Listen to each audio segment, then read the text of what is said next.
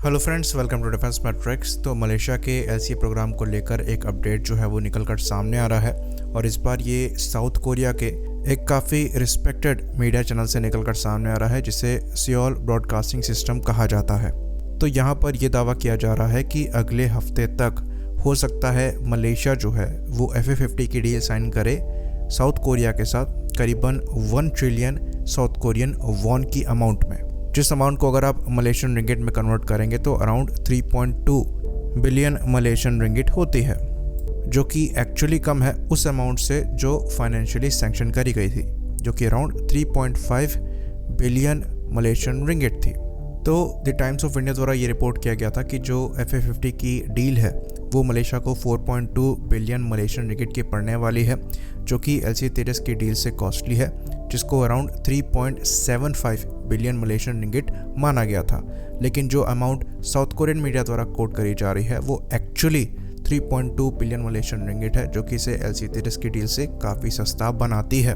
तो इसकी अच्छी खासी पॉसिबिलिटी एग्जिस्ट करती है कि यहाँ पर जो FA50 का वर्जन ऑफर किया गया हो वो LC-30 Mark 1 जितना एडवांस ना हो और जो बेसिक FA50 है उसमें थोड़े बहुत मॉडिफिकेशन यहाँ पर किए गए हों, क्योंकि यहाँ पर जो प्राइसिंग है 18 एयरक्राफ्ट की वो बेस मॉडल के हिसाब से है।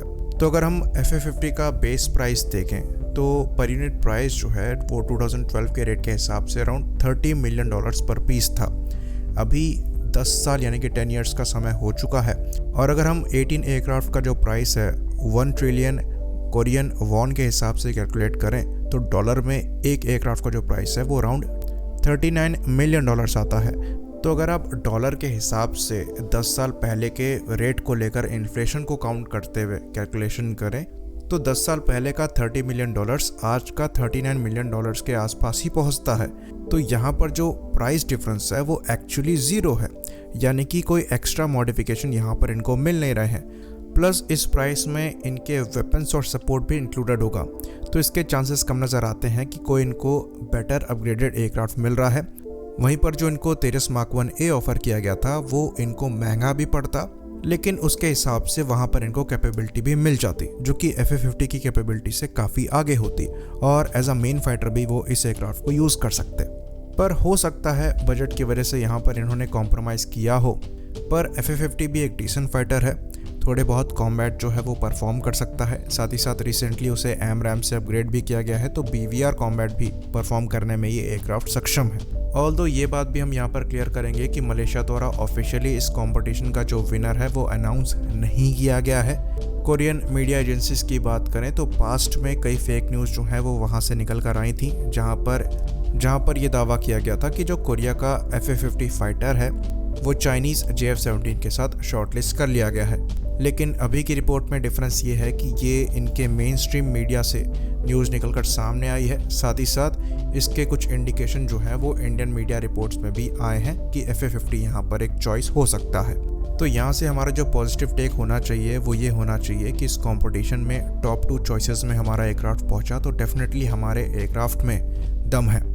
लेकिन हमें यहाँ पर चीज़ों को और भी ज़्यादा एग्रेसिव करना पड़ेगा और खाली यहाँ पर हम PR वर्क की बात नहीं कर रहे हैं, बल्कि एक सॉलिड बेस देना पड़ेगा एक्सपोर्ट के लिए और हमें ये शो करना पड़ेगा कि जो सपोर्ट सिस्टम है एयरक्राफ्ट की सेल के बाद वो हमारा काफ़ी अच्छा है। और ये तब होगा जब HAL इंडियन एयरफोर्स को कम्प्लीटली सेटिस्फाई कर पाएगी, यानी कि जो HAL प्रोडक्ट्स हैं इनका सर्विसिबिलिटी रेट अगर काफ़ी अच्छा रहता है इंडियन एयरफोर्स की सर्विस में तो ये HAL के लिए एक बहुत बड़ा प्लस पॉइंट बनकर सामने आएगा। और अब जो चेंजेस किए गए हैं HAL में ऐसा लगता है कि ये चीज़ अचीव करी जा सकती है। बाकी अगर HAL द्वारा 30 Mark 1A की डिलीवरी टाइमलाइन को फॉलो करते हुए स्ट्रिक्टली समय पर की जाती है तो ये भी एक बड़ा प्लस पॉइंट इनके लिए बनकर सामने आएगा। और ये कुछ बड़े प्लस पॉइंट थे कोरियन एरोस्पेस इंडस्ट्री के लिए, क्योंकि उस कंपनी के जो कस्टमर्स हैं वो काफ़ी सेटिस्फाइड कस्टमर्स हैं। और अगर हम KF-21 प्रोजेक्ट को भी लेकर चलें तो ये भी काफ़ी टाइमली जो है वो कंपनी द्वारा एग्जीक्यूट किया जा रहा है। तो कंपनी को लेकर अगर भरोसा बढ़ता है तो उसके जीतने के चांसेस भी बढ़ते हैं।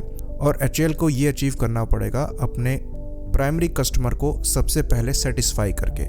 यहाँ पर हम इंडियन आर्म फोर्सेस की बात कर रहे हैं। उसके बाद फिर PR वर्क आता है जो अगेन काफ़ी इम्पॉर्टेंट है, जहाँ पर हम अगेन प्रोग्रेस देख रहे हैं, पर ये थोड़ा और रैपिड हो तो ज़्यादा बेहतर। तो अभी और भी कॉम्पिटिशन्स हैं, होपफुली यहाँ से हम चीज़ों को सीखें और आगे चल के हमें एक्सपोर्ट सक्सेस मिले। यहाँ पर हमें डिसअपॉइंट होने की ज़रूरत नहीं है। अगर हम रफ़ाल को भी यहाँ पर एग्जांपल लेकर चले तो शुरुआत में रफ़ाल को भी कोई एक्सपोर्ट सक्सेस नहीं मिली थी, लेकिन इंडिया के परचेज करने के बाद रफ़ाल के एक्सपोर्ट में एकदम से बूम आया और काफ़ी अच्छे खासे नंबरों में ऑर्डर्स जो हैं वो डसॉ एविएशन को मिले। आई होप चीज़ें यहाँ पर क्लियर हो। वीडियो को ख़त्म करने से पहले एक ज़रूरी अनाउंसमेंट है। हमारी वेबसाइट thedefensematrix.in जो है वो काफ़ी एक्टिव है। हम लोग कोशिश करते हैं डेली अपडेट करने की, तो आप डेली विजिट कर सकते हैं। वहाँ पर आपको डिफेंस अपडेट जो हैं वो डेली बेसिस पर मिल जाएंगे।